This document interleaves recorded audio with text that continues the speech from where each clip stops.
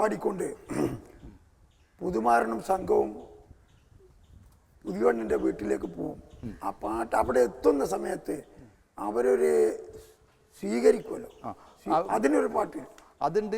അതിന് അതേമാതിരി തന്നെ ഇതേമാതിരി വഴിനീളം പാടിയിട്ട് തനതന്ത പാടിയിട്ടാണ് അവർ വന്നിട്ട് സ്വീകരിക്കുക. സ്വീകരിച്ചിട്ട് പാട്ട് പാടിയിട്ട് പിന്നെ മണവാട്ടിയുടെ വീട്ടിൽ കൊണ്ടിരുത്തും. ആ ഇരുത്തുന്നതിനൊരു പ്രത്യേകത ഉണ്ട്. സാധാരണ മെത്തപ്പായി എന്ന് പറയും, അച്ചിപ്പായി എന്ന് പറയും. അച്ചിപ്പായി, ആ അച്ചിപ്പായി പന്തലിൽ വിരിച്ചിട്ട് അതിൻ്റെ മേലെ ഒരു വെള്ള തുണി ഇരിക്കും, പിന്നെ ഒരു തലയണം, അതിലാണ് വന്നിട്ട് ഇരിക്കുക. പുതിയാപ്പിള വന്നിട്ട് മേലാപ്പ്. ഇതേമാതിരി അനുഭവം എനിക്കുണ്ടായിട്ടുണ്ട്, നിങ്ങൾക്കുണ്ടായിട്ടുണ്ടായിരിക്കും എന്ന് വിചാരിക്കുന്നു. എന്തായാലും ഉണ്ടല്ലോ. ഞാൻ കുണ്ടോട്ടി തങ്ങളെ വീട്ടിലേക്കാണല്ലോ പുതിയാപ്പിള പോണത്. അവിടെ പുരാതനമായ ഒരു പാരമ്പര്യത്തിന്റെ അവകാശികളാണല്ലോ അവര്. എല്ലാ യാഥാസ്ഥികത്വം ഞാൻ അനുഭവിച്ചിട്ടുണ്ട്. അതെന്താ അന്നത്തെ ഒരു ചെറിയൊരു വിവരിക്കാൻ പോവാം. നിങ്ങൾ പുതിയാപ്പിള പോയ ആ സംഭവം അങ്ങനെ ചെന്നപ്പോ തങ്ങളെ വീട്ടിൽ അവരെ കുറെ ആചാരങ്ങളുണ്ട്. അവര് സ്വീകരിക്കൽ കുതിരപ്പുറത്ത് വന്നിട്ടാണ്. അതാണ്, നടന്ന് വരാൻ എനിക്ക് പറ്റൂല. നമ്മൾ ബസ്സിനാണ് വന്നത്, ഒരു ചാർട്ടേഡ് ബസ്. അങ്ങനെ കുണ്ടോട്ടി പോലീസ് സ്റ്റേഷൻ്റെ അവിടെ ബസ് നിർത്തി. അവിടുന്ന് അങ്ങോട്ട് ഈ നീർച്ചക്ക് പെട്ടി എതിരേൽക്കണ മാതിരിയാണ് നമ്മളെ കൊണ്ടുപോയത്. ഒരു തങ്ങൾ കുതിരപ്പുറത്ത് വന്നിട്ട് സലാം ചൊല്ലി എതിരേറ്റ് യാനബി പാടിയിട്ടാ പോക്ക്. പിന്നെ പന്തലിലെത്തിയപ്പോ ഈ പറഞ്ഞ എല്ലാ തമാശകളും കളികളും മേലാപ്പും ഒക്കെ ഉണ്ടാവും, അച്ചിപ്പായും വിരിപ്പും ഒക്കെ ഉണ്ട്. അതിലിരുന്നിട്ട് പിന്നെ പാട്ടും ബഹളവും ഒക്കെ തുടങ്ങി. പിന്നെ അത് കഴിഞ്ഞതിന് ശേഷം വട്ടപ്പാട്ട് ആരംഭിക്കും. ഈ വട്ടപ്പാട്ട് ഇപ്പോഴത്തെ വട്ടപ്പാട്ടിൻ്റെ സംഘങ്ങൾ ഇപ്പം കുറ്റിയേറ്റ് പോയിരിക്കുന്നു. അതായത് കൊണ്ടോട്ടിയിലെ അടുത്ത കിഷീരി അബൂബക്കർ എന്ന് പറയുന്ന അദ്ദേഹത്തിൻ്റെ സംഘങ്ങളും ആണ് ഇപ്പോഴുള്ളത്, പ്രവർത്തിക്കുന്നത്. അവരപൂർവമായിട്ട് ചില കല്യാണ വീടുകളിലൊക്കെ പരിഷ്കരിച്ച് പലരും പാടുന്നുണ്ട്. പക്ഷെ ആ പൗരാണികമായ സംസ്കാരം നിലനിർത്തിക്കൊണ്ട് പാടുന്ന ഒരാളാണ് അബൂബക്കർ. പാരിടം വെടിയുമെടി നിന്റെ പങ്കജ ശരീരത്തിലെന്തുണ്ടെടി, പാരിടം വെടിയുമെടി നിന്റെ പങ്കജ ശരീരത്തിലെന്തുണ്ടെടി, പെണ്ണെ പാരിടം വെടിയുമെടി ഏവിയാവിലാക്കിയിടും സമയം ഏകനവണങ്ങാഞ്ഞാൽ എന്താ ജയം, ഏറിയാവിലാക്കിയിടും സമയം ഏകനെ വണങ്ങാഞ്ഞാൽ എന്താ ജയം, ആരിലും നിർബന്ധമെടി നിന്റെ പങ്കജ ശരീരത്തിലെന്തും തേടി, പെണ്ണെ പാരിടം വെടിയുമെടി നിന്റെ പങ്കജ ശരീരത്തിലെന്തും തേടി, പെണ്ണെ പാരിടം വെടിയുമെടി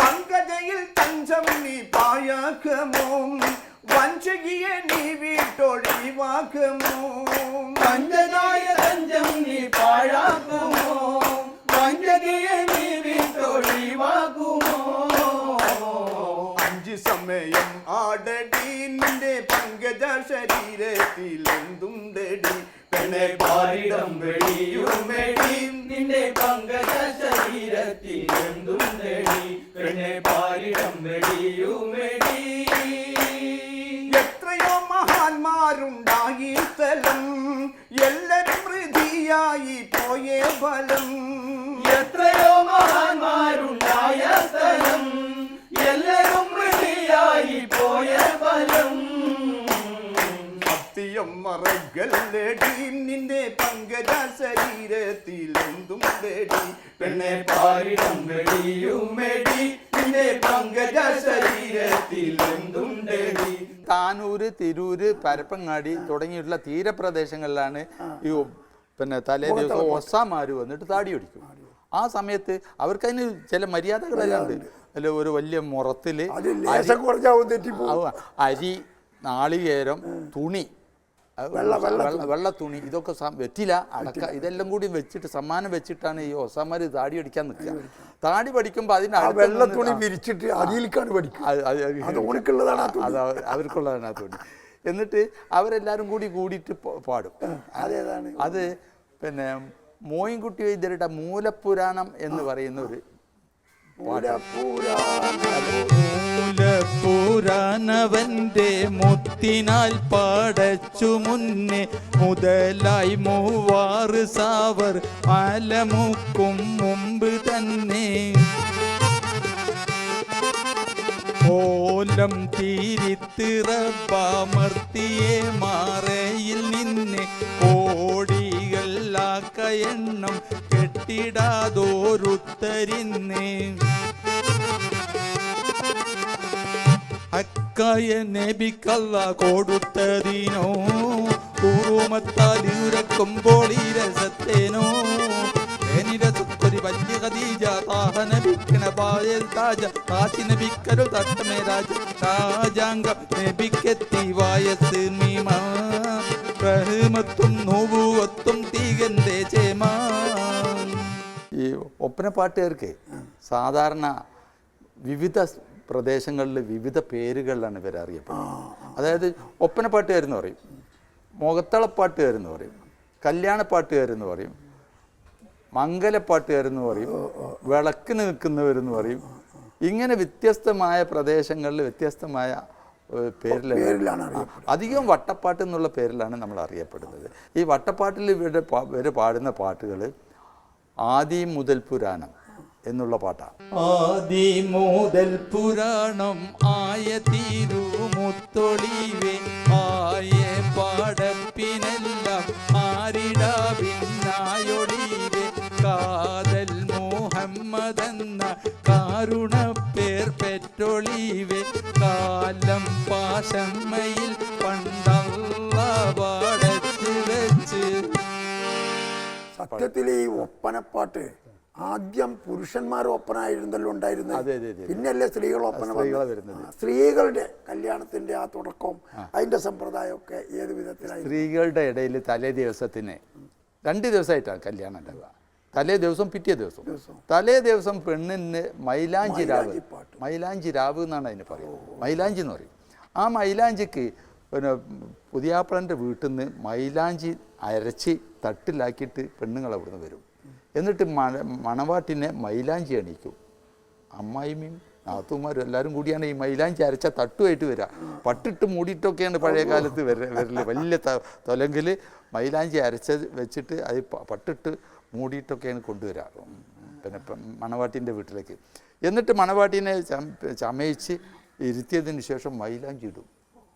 അതിനുള്ളൊരു മൈലാഞ്ചി പാട്ടുണ്ട്. മധുരഹസിതങ്ങൾ തൂകിയവളൊരു വിരിഞ്ഞു നിൽക്കുന്ന പുഷ്പമായി വസ്ത്രങ്ങൾ അണിഞ്ഞ ആയിഷ ഭാഗ്യമുള്ളൊരു നാരിയായി മധുര മധുവണി മലരതിന്റെ ഭംഗി എന്തൊരു ഭംഗിയാണ് താരജാലങ്ങൾ കാന്തിയേറുന്ന യുവതി അവളെ നോക്കി നിന്നു രസിക്കുമ്പോൾ രസരസങ്ങൾ പാടി ഞങ്ങൾ പരിഹസിക്കും അരുണകിരുണ സ്പർശനത്താൽ ഹിമഗണം പോലുരുകിടുന്നു. മൈലാഞ്ചിപ്പാട്ടും ക്രിസ്ത്യാനികളുടെ ഇടയിൽ കേട്ടിട്ടുണ്ടല്ലോ. ഉണ്ട്. മാർഗം കളിപ്പാട്ടില് അവരും കല്യാണത്തിന്റെ തലേ ദിവസം സ്ത്രീകളെ വട്ടത്തിലിരുത്തിട്ട് ഈ ഒപ്പനപ്പാട്ടിന് ബദല് അവര് പാടുന്നതല്ലേ മാർഗം കളി എന്നാണ് നമ്മളെ ഒപ്പന വന്നിട്ടുള്ളത്. മാർഗം കളി എന്നാണ് ആദ്യം വന്നിട്ടുള്ളത്. ക്രിസ്ത്യാനികളാണല്ലോ ഇവിടെ കേരളത്തിൽ വന്നിട്ടുള്ളത്. അപ്പൊ അവരുടെ ഇടയിൽ ഉണ്ടായിരുന്ന മൈലാഞ്ചിപ്പാട്ട് അതും പിന്നെ അവരുടെ വിശ്വാസം സ്വർഗത്തിൽ ആദമിനെയും അവയെയും സൃഷ്ടിച്ചു. വിലക്കപ്പെട്ട കനി പറിച്ചു തിന്നതിൻ്റെ പേരിൽ അവർ സ്വർഗത്തു നിന്ന് പുറത്തായി. അതുകൊണ്ട് അതിൻ്റെ പശ്ചാത്താപം അറിയിച്ചുകൊണ്ട് ആ പാപം തീർക്കാൻ വേണ്ടിയിട്ട് സ്വർഗത്തിൽ നിന്ന് തന്നെ കൊണ്ടുവന്നിട്ടുള്ള മൈലാഞ്ചി പിന്നെ വധുവിനെയും ഒക്കെ മൈലാഞ്ചി അണിക്കുക എന്നുള്ളൊരു ആചാരം ക്രിസ്ത്യാനികളുടെ ഇടയിലുണ്ട്. അത് ഇതേമാതിരി തന്നെ മൈലാഞ്ചിപ്പാട്ട്, അവർക്കൊരു മൈലാഞ്ചിപ്പാട്ടുണ്ട്. ആ മൈലാഞ്ചിപ്പാട്ടിൻ്റെ ഈണവും നമ്മുടെ മാപ്പിളമാരുടെ ഇടയിൽ പ്രചരിച്ചതിൻ്റെ ഈണവും ഒരേ ഈണമാണ്, ഒരേ വൃത്തം, ഒരേ താളം.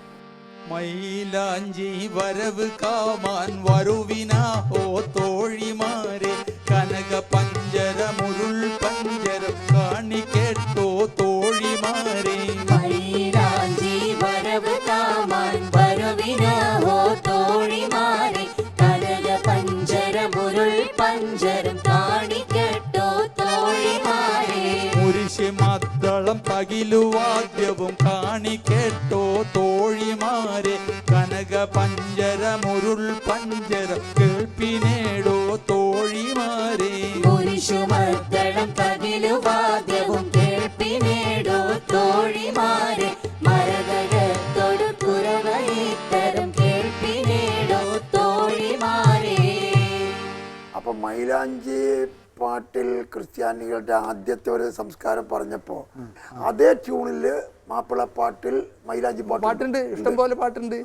ആദി പെരിയോൻ അമൈത്ത മൈലാഞ്ചി, ആദി പെരിയവൻ അമൈത്ത മൈലാഞ്ചി അതനെന്ന സ്വർഗത്തിലുള്ള മൈലാഞ്ചി. ആദി പെരിയവൻ അമൈത്ത മൈലാഞ്ചി അതനെന്ന സ്വർഗത്തിലുള്ള മൈലാഞ്ചി. ആദം ഹവ്വ ബീക്കിറക്കിയ മൈലാഞ്ചി അത് മുതലല്ലോ